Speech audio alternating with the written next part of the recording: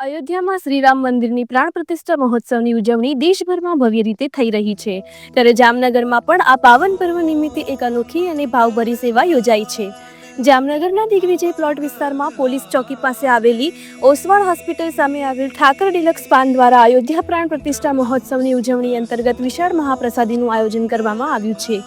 Thakar deluxe પાન દ્વારા દર વર્ષની પરંપરા મુજબ આ વર્ષે પણ મીઠા પાનનું વિતરણ કરવામાં આવી રહ્યું છે।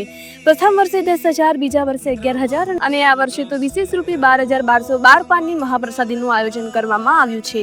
આ પ્રસંગે જામનગરની સમસ્ત જનતાને ભાવભર્યું આમંત્રણ આપવામાં આવ્યું છે।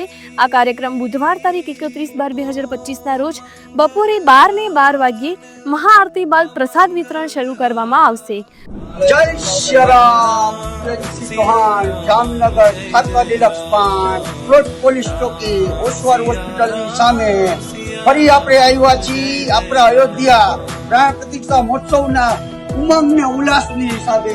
ગયા વર્ષે આપણે 11,111 નું પાનનું વિતરણ રાખ્યું હતું, એના આગલા વર્ષે 10,000 પાનનું વિતરણ રાખ્યું હતું અને પાછી જામનગરની જનતાને, તમામ જનતાને 31 તારીખે આપણા રામ લાલાની, આપણા હૃદયની બેસેલી અંદર આપણા રામ છે એની પાછી અયોધ્યાની અંદર પ્રાણ પ્રતિષ્ઠા મહોત્સવની તારીખ આવી છે। એ તારીખ છે 31 ડિસેમ્બરે બપોરે 12:12 12,1212 પાનનું વિતરણ છે।